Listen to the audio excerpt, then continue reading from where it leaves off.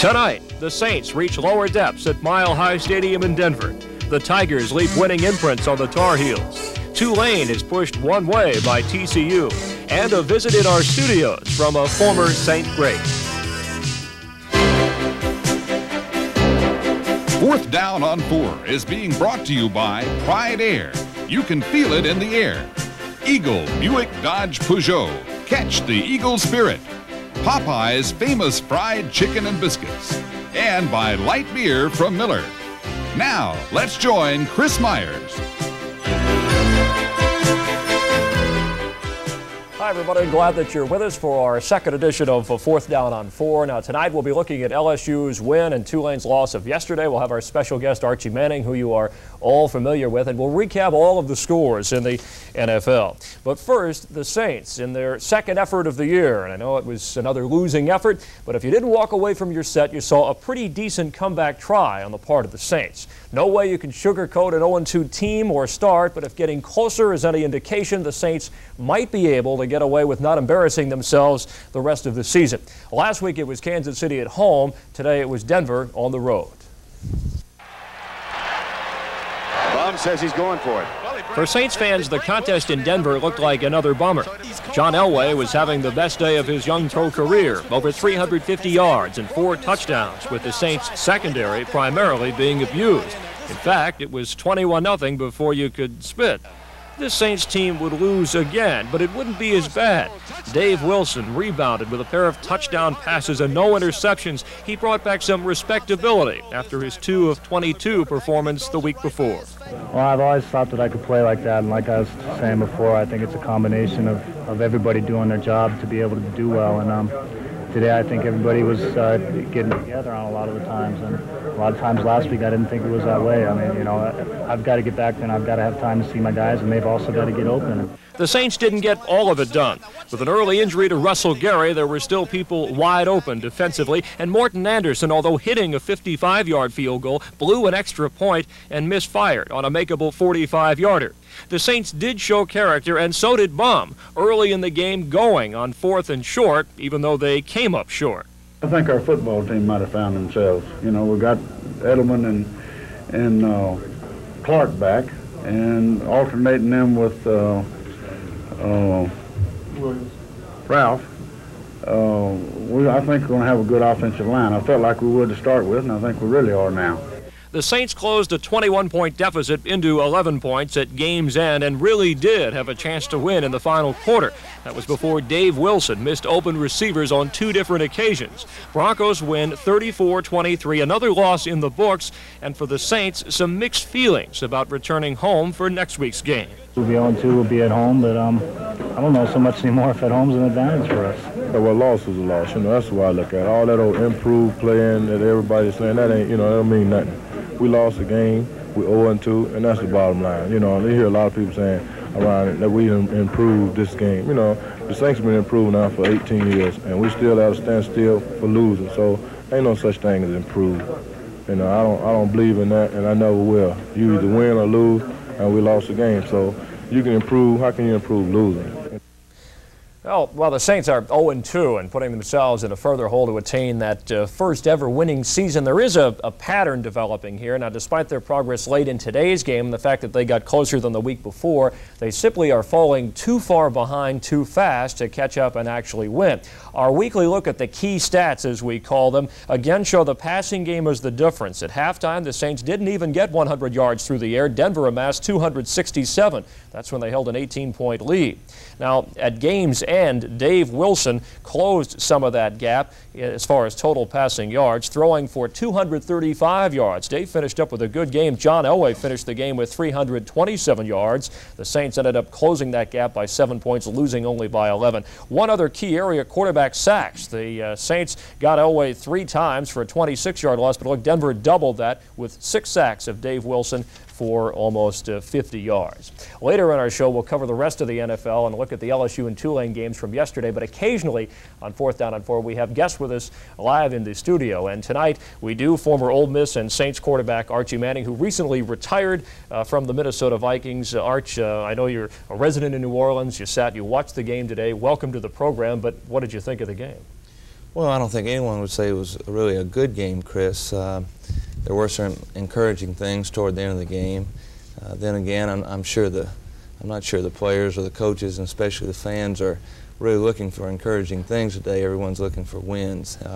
Hopefully that'll happen next week against Tampa Bay. Did you, in your years here with the Saints, and even when you left, did you think at some point that this franchise would turn around and win and have a winning season?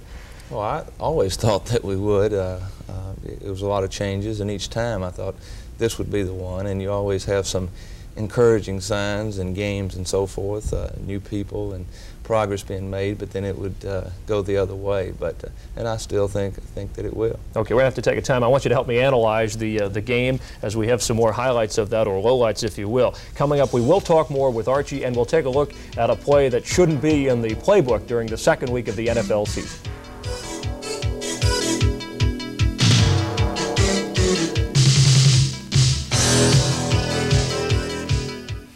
Would you look at this, y'all? I'm catching me a mess of fish, but that's because I know all the right spots. And you can too, with my Frank Davis fishing mat. It's waterproof, it's tear resistant, and shade even floats. And it's got fishing tips that'll fill your stringer from Bayou Biloxi to Bay Marche. The Frank Davis fishing map is yours free while they last at Popeyes when you buy a 3-piece dinner with red beans and rice with a medium soft drink from Popeyes' famous fried chicken and biscuits. But y'all better hurry up before they're all gone. Eagle Dodge's end-of-the-year clearance is now on. Choose from a large inventory of Aries, Daytonas, Lancers, Chargers, Omnis, and Ram pickups. All prices have been drastically reduced. And the best news of all is Eagle Dodge's 7.5% financing.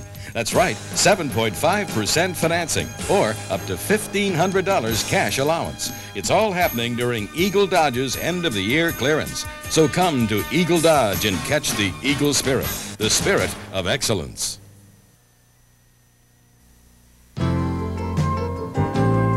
These wings stand for years of experience, for the importance of a job done well, and above all, a feeling of pride.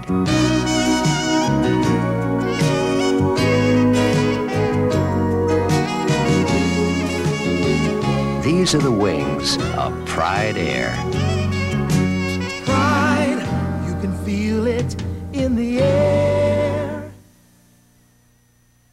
Chris Myers back live with you here on Fourth Down on 4. Glad that you're with us. We do this every Sunday night following the news. And this week, of course, are joined by a familiar name in football, as we have mentioned, especially here in New Orleans, Archie Manning. Here, his first touchdown ever as a Saint. That was back in '71. Fumbled the ball, but still helped to upset the Rams. Archie, remember that one? Do you still think about that? It's been a while, but I do remember it, Chris. Let me ask you if you would have done anything different over your career, the time you spent in New Orleans, the trade to Houston, and then Minnesota, and then retiring this year. Would you have changed anything? A lot of people say outstanding quarterback, not the right luck, though, never with a great team.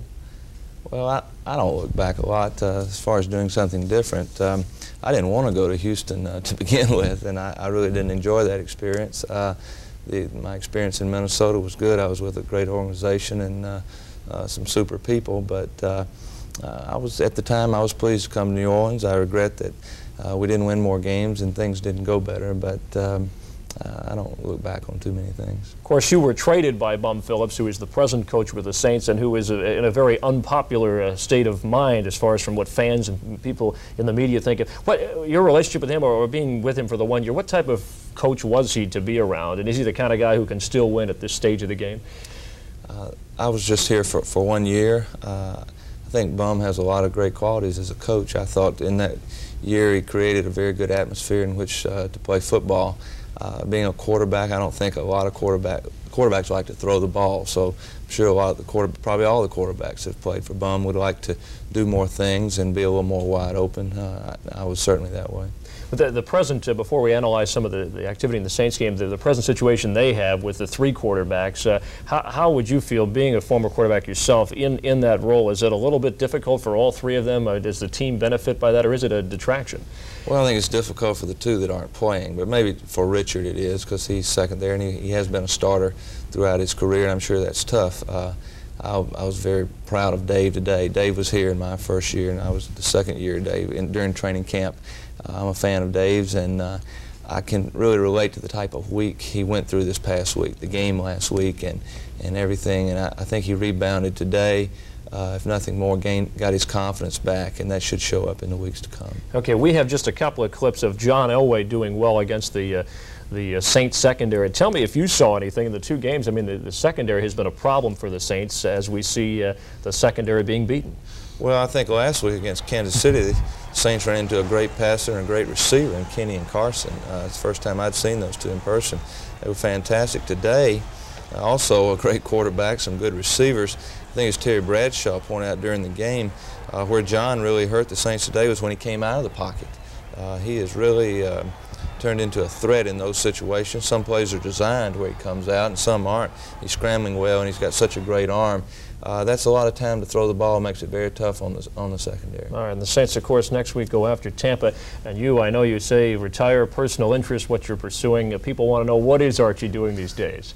Well, I'm trying to relax a little bit, but I'm staying very busy. I've talking with a lot of people about a lot of different things. And I've been to 2 football games and, well, 3 football games, really, so I'm enjoying that. Well, I appreciate you joining us here live on 4th Down on 4. We hope that you'll come back and hope to see you from time to time following the Saints and football here in New Orleans. Thank you very much, okay. Chris. Thanks a lot, Arch, for being here. My pleasure. All right. Archie Manning joining us live. As far as the rest of the NFL, well, looking at some of the action, the defending Super Bowl champions rebounded with a win today, and Archie's old team, the Vikings, they won again. Some of the scores: San Francisco over Atlanta. Roger Craig ran for 107 yards and 2 touchdowns. The Niners overcame a 10-0 deficit. The Vikings, Bud Grant now 2-0 as they use their old Grant formula, defense, special teams for that win. They scored on an interception return and a block punt, 31-16 Minnesota.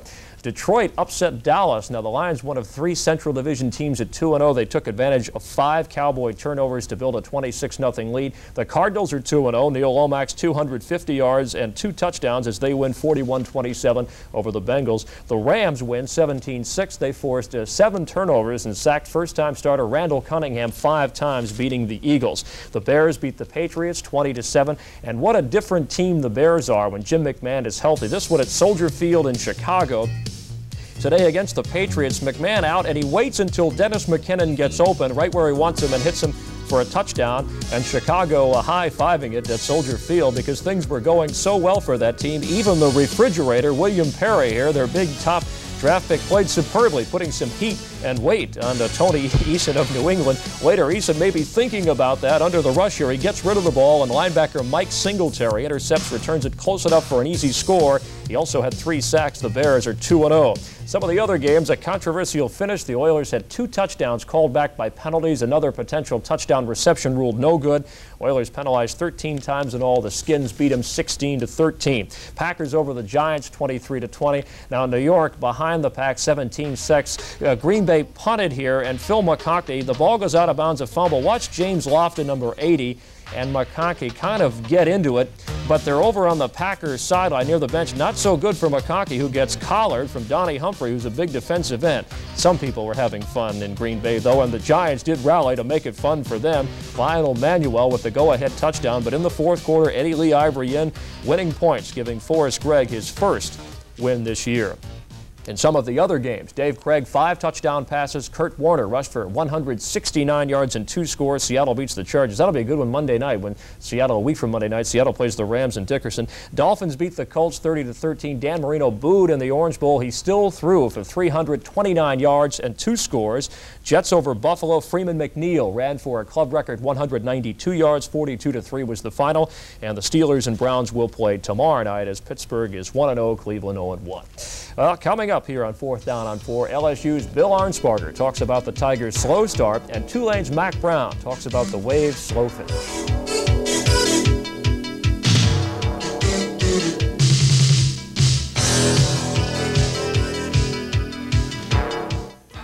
Eagle Buick's end-of-the-year clearance is on, and every Eagle Buick in stock has been drastically reduced. Plus, Eagle Buick offers 7.7% APR financing, the lowest rate ever, on a super selection of Park Avenues, Electras, Regals, and Centuries. So if you want to catch the Eagle spirit, come into Eagle Buick, see what the Eagle's about.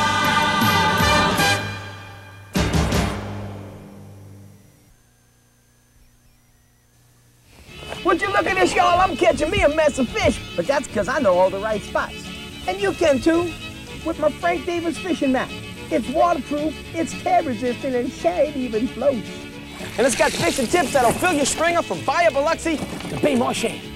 The Frank Davis Fishing Map is yours free while they last at Popeyes when you buy a 3-piece dinner with red beans and rice with a medium soft drink. From Popeyes' famous fried chicken and biscuits. But y'all better hurry up before they all gone.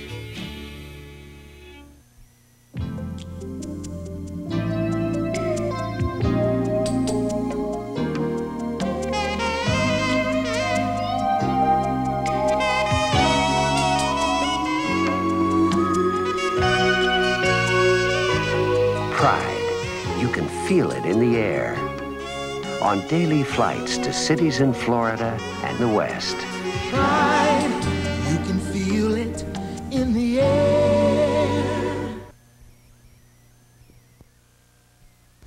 Well, if a football game was only 2 quarters, then Mack Brown would have had his first win last night. Instead, Tulane lost 30-13. LSU would have been in trouble had their game ended at the half, but instead they were on the upside of a 23-13 score.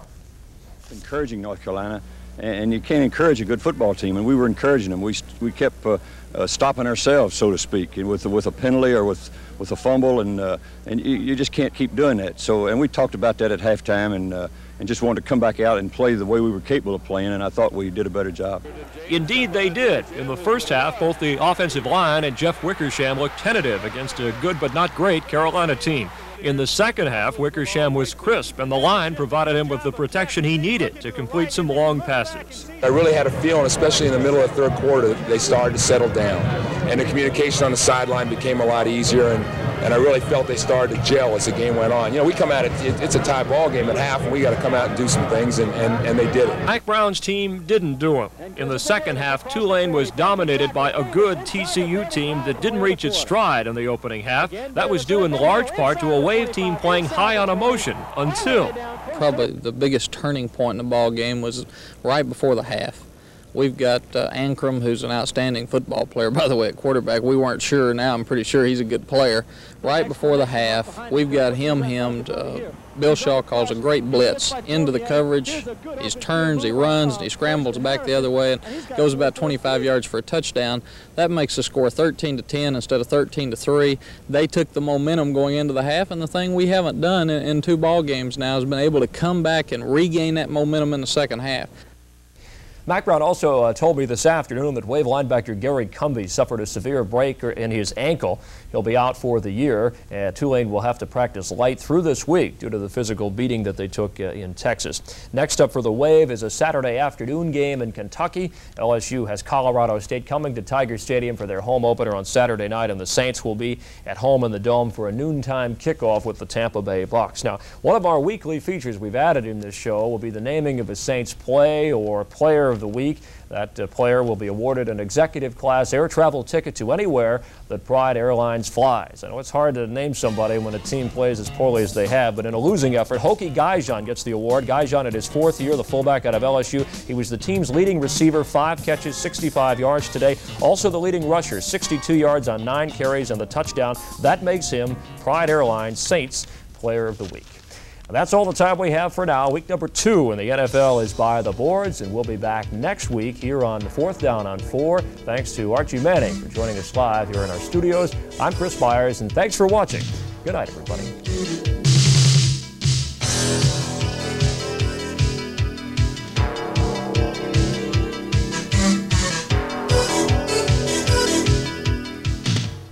For WD brand goodness and U.S. choice quality, shop Winn-Dixie, while a boneless chuck roast is just $1.39 a pound at Winn-Dixie, America's supermarket.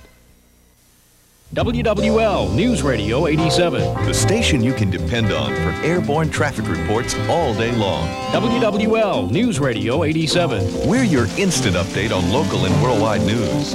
WWL News Radio 87. For the scores and more, we're your source for sports. WWL News Radio 87. With accurate weather forecasts you can count on, rain or shine. WWL News Radio 87. The News Authority. Celebrate Weight Watchers Discovery Days. Join now for only $7. Discover how wonderful our Quick Start plan can be for only $7. Call Weight Watchers now.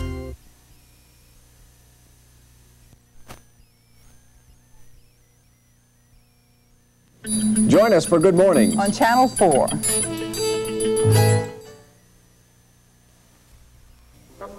A lot of you are watching this commercial on a TV that's nice, but a little crowded. Now this is Zenith's new 27-inch television, the big picture, with more picture from corner to corner, plus a sharp, even larger image. Zenith 27-inch TV, a size you could get comfortable with. The smart set's smarter than ever. For Zenith TV and video recorders, the Smart Shopper goes first to Regal TV on Crowder, just off the interstate.